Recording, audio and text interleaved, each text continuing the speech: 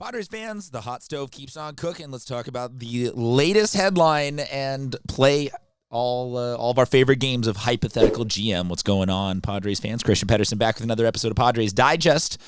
I suppose I call you Padres fans because I assume if you're watching this, you are Padres fans. But if you're Dodgers fans or Brewers fans or just a fan of baseball and you're watching this, appreciate you as well. As always, if you want to leave a comment on anything we got going on here, that's great. Or if you want to see something else, comment on that as well. Also, never going to be mad at you at all, ever, if you want to hit the subscribe button. Not going to be mad if you don't want to hit the subscribe button. Either way, I will be here to talk all things Padres baseball, including, headlines that are a little bit of pipe dreams, but fun to talk about. One bold swing could redefine the Padres 2026 lineup. This article that I saw made the case for why Kyle Schwarber could and should be the answer for the San Diego Padres. And the TLDR is that, of course, a guy who hits, these were the numbers last year for Schwarber.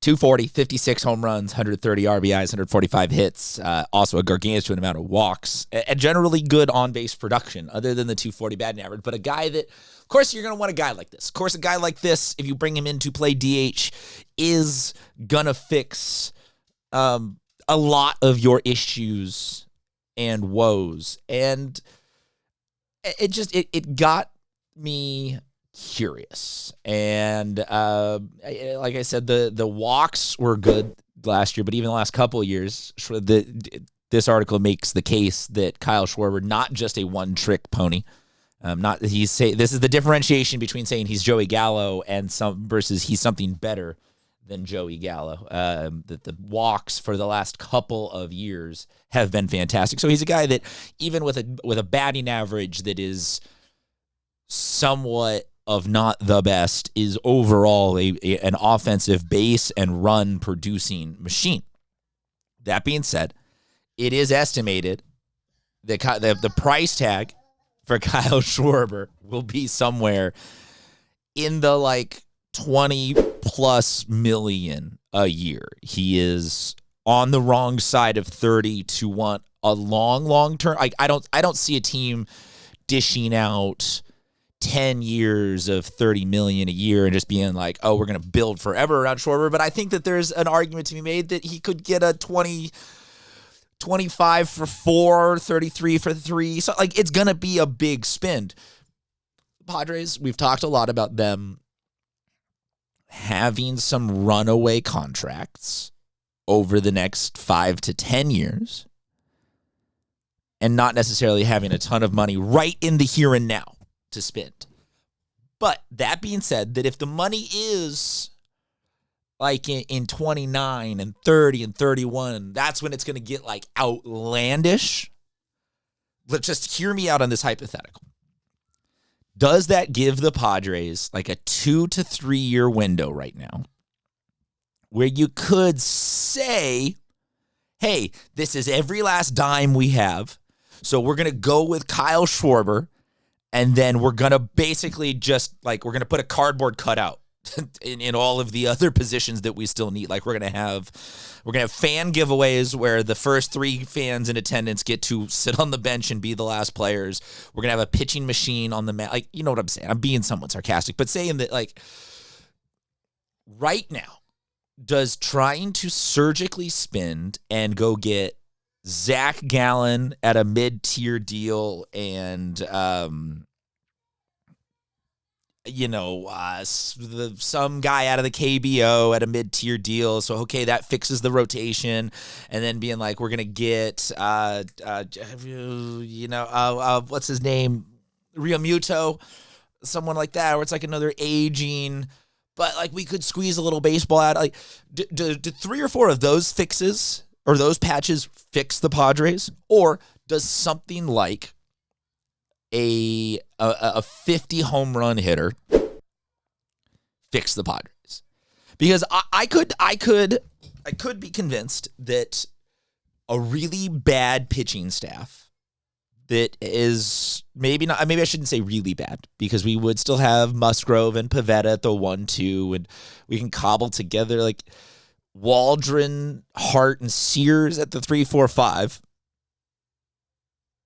So is that pitching staff, but with Kyle Schwarber sandwiched in between,